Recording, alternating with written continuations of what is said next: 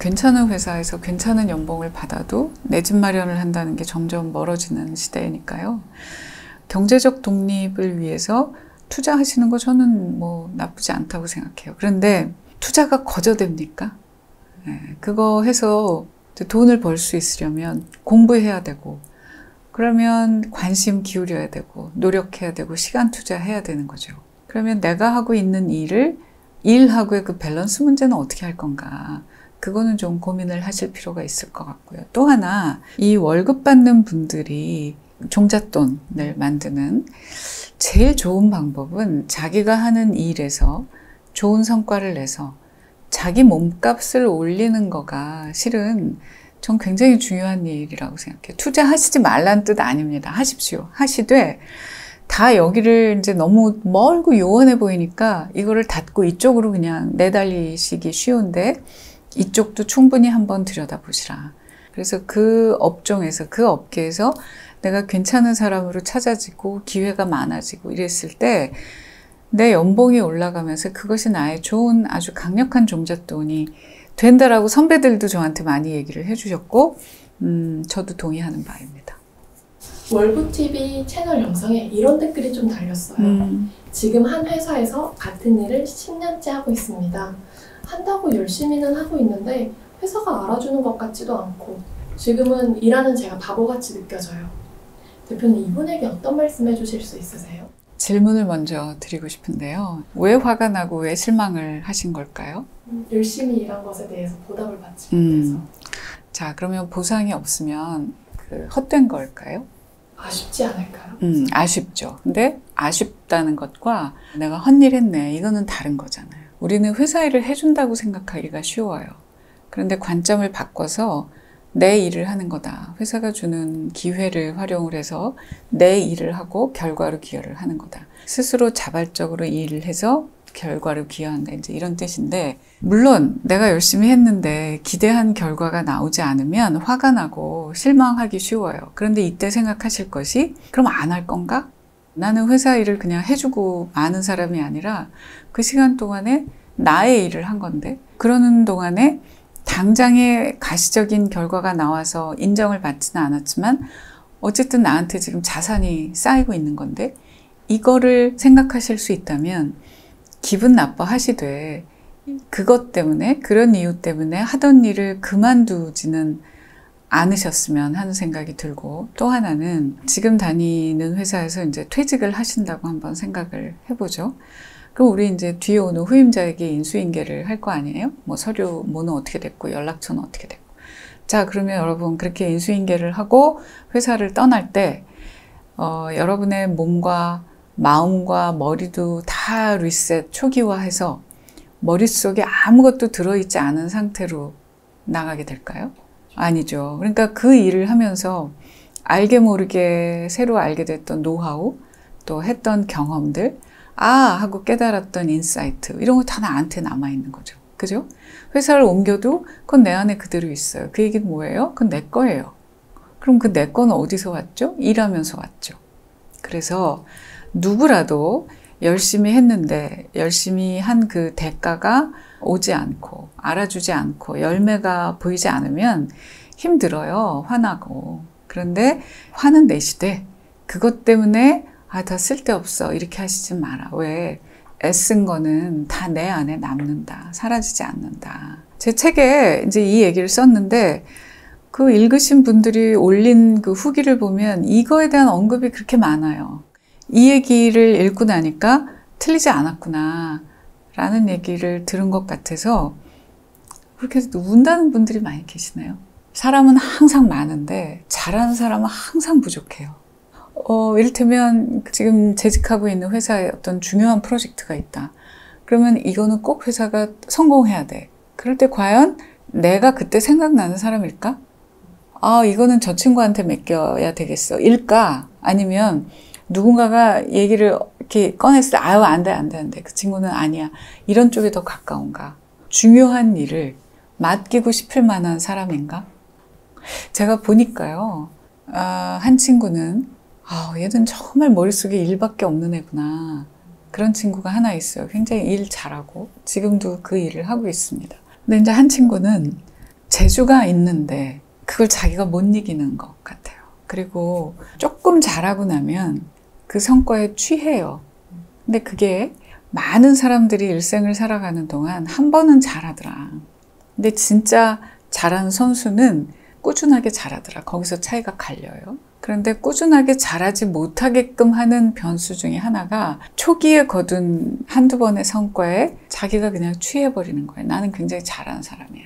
그러니까 자신감을 갖는 거 좋은데 자신감 뿜뿜해서 그 자기에게 취하는 거는 한 끗 차이인 것 같아요.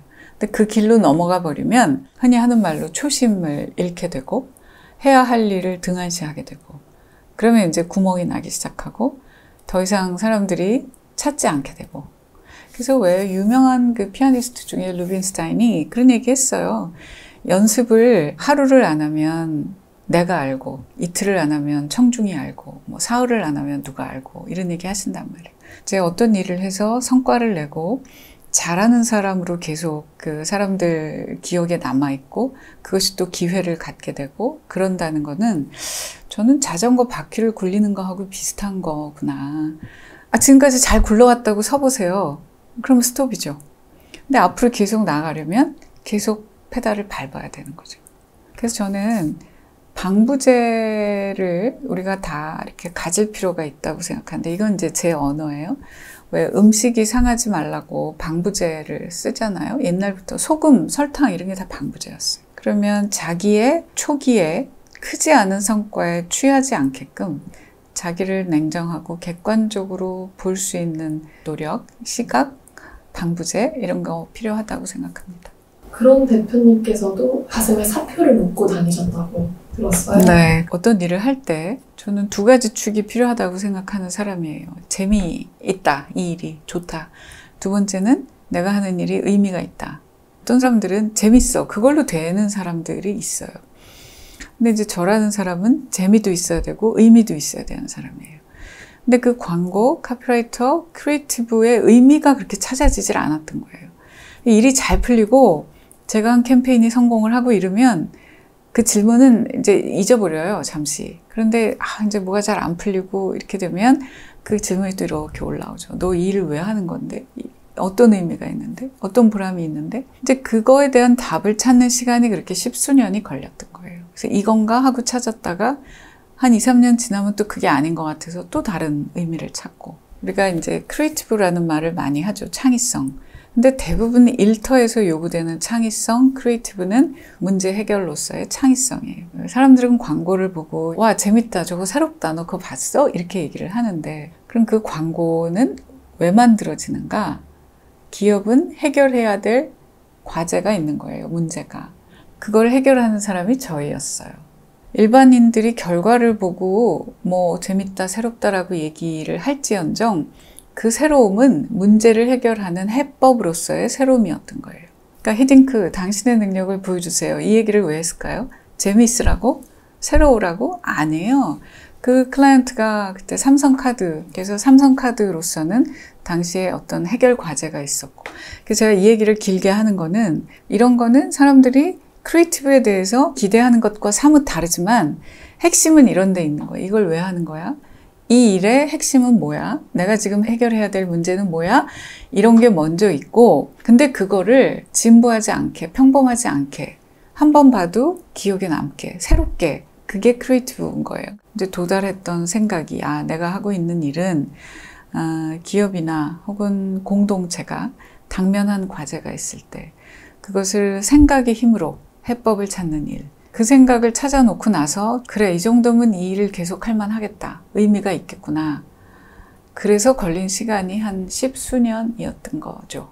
정확히 얘기하면 제대로 된 사춘기가 그때 온 건데 이제 우리 사회가 나이 드는 거를 별로 이렇게 반기는 사회가 아니지만 특히 제가 있었던 그 광고계는 광고 업종은 사이클이 더 짧아요. 그러니까 감각이나 트렌드 이런 거가 핵심은 아니어도 꽤 중요합니다.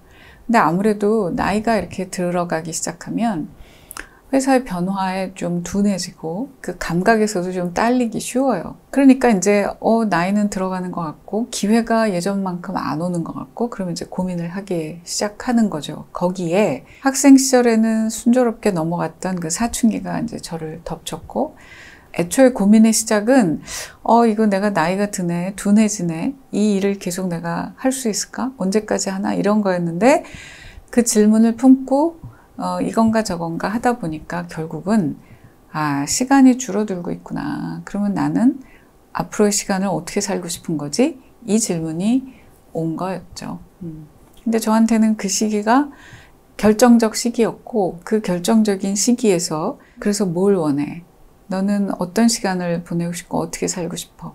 이 질문에 집중해서 저를 거기에 던졌어요. 그래서 나한테 뭐가 오는지 한번 내가 감당하자.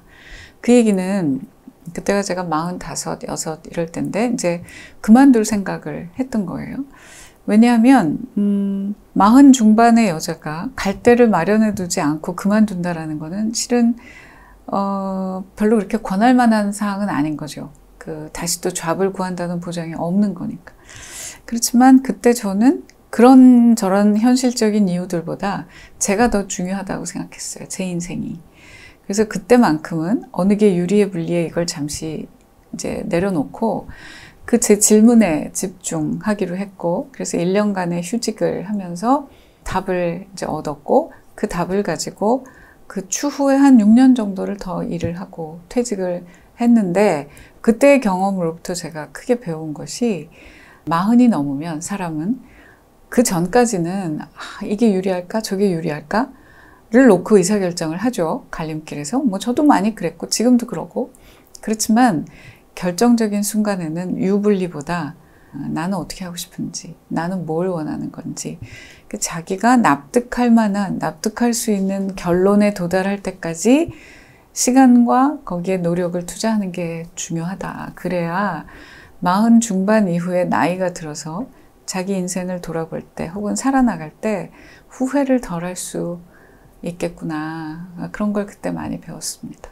그 최초의 어쩌고 하는 거가 사실은 이럴 때 좀 작동을 하더군요. 그 최초의 여성 임원이 그만둔다 그러는 거는 회사로서도 이렇게 좀 들여다봐야 될 대목이 크니까 이제 퇴직하지 말고 1년 휴직을 해 이렇게 됐어요. 우선 시간을 벌었죠. 여기서도 또 하나 큰 의미는 자기한테 시간을 좀 주시면 좋겠습니다. 자, 저는 평소에 또 레퍼런스를 많이 찾는데 저는 기업들이 하는 행태가 우리에게 좋은 레퍼런스가 된다고 생각해요. 자, 기업이 중요한 의사결정을 할 때 어떻게 합니까? 거기 시간을 투자하고, 그죠? 충분히 숙고하고, 그렇게 해서 한다, 안 한다, 어떻게 한다를 결정을 하잖아요. 근데 개인들은 자기 인생의 중요한 일들을 어떻게 선택합니까?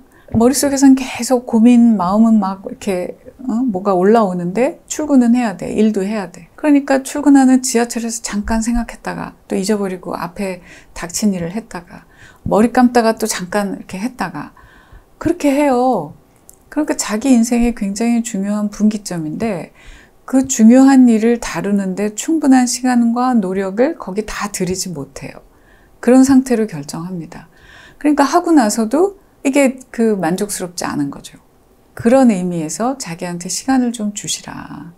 그래서 확실히 예전보다는 직장 생활을 하시는 분들도 1년까지는 잘 모르겠지만 몇 달간의 휴직을 하는 거는 꽤 많아진 것 같아요. 회사도 받아들여 주는 것 같고 또 요즘은 기업들도 조직 문화를 신경을 많이 쓰니까 이제 그런 것들이 예전만큼 그렇게 문턱이 높은 것 같진 않아요. 그래서 지금이 내가 내 인생의 결정적인 시간이구나 라는 게 자각이 되시면 우선 막 이렇게 바쁘게 돌아가던 일상을 좀 멈추고 나한테 시간을 좀 허락하셔서 집중적으로 고민하고 생각하는 시간을 가지시라. 그리고 유불리가 아니고 납득할 수 있는 결론에 도달하시라. 그런 말씀을 드리고 싶습니다.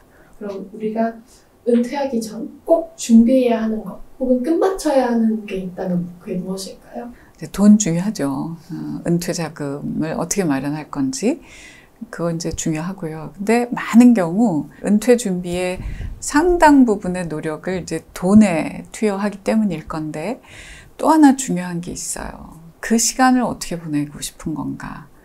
그게 없는 경우가 많이 있습니다. 그런데 직장 생활을 할 때는 눈 떠서 잠들 때까지 오는 일을 쳐내기 바쁠 정도로 일과가 정해져 있었어요. 근데 은퇴를 하고 나면 그게 다 없어집니다. 눈 떠서 잘 때까지가 다 내 자유시간이에요. 그런데 우리나라 사람들은 그렇게 혼자 있는 시간을 보내본 경험이 많지 않아요. 당황합니다. 어떻게 해야 되지? 돈이 있어도, 돈 문제가 해결된 뒤에라도. 그래서 이 은퇴를 한다라는 거는 자기가 살아가는 방법을 바꾸는 거예요. 존재 방식이 달라지는 겁니다. 그러면 직장인으로부터 나와서 소속을 더 이상 하지 않고 이제 나로 살아간다라고 할 적에 나는 그 시간을 어떻게 보내고 싶은지, 뭘 하면서 보내고 싶은지, 어디에 시간을 쓰고 싶은지 그 준비가 필요해요.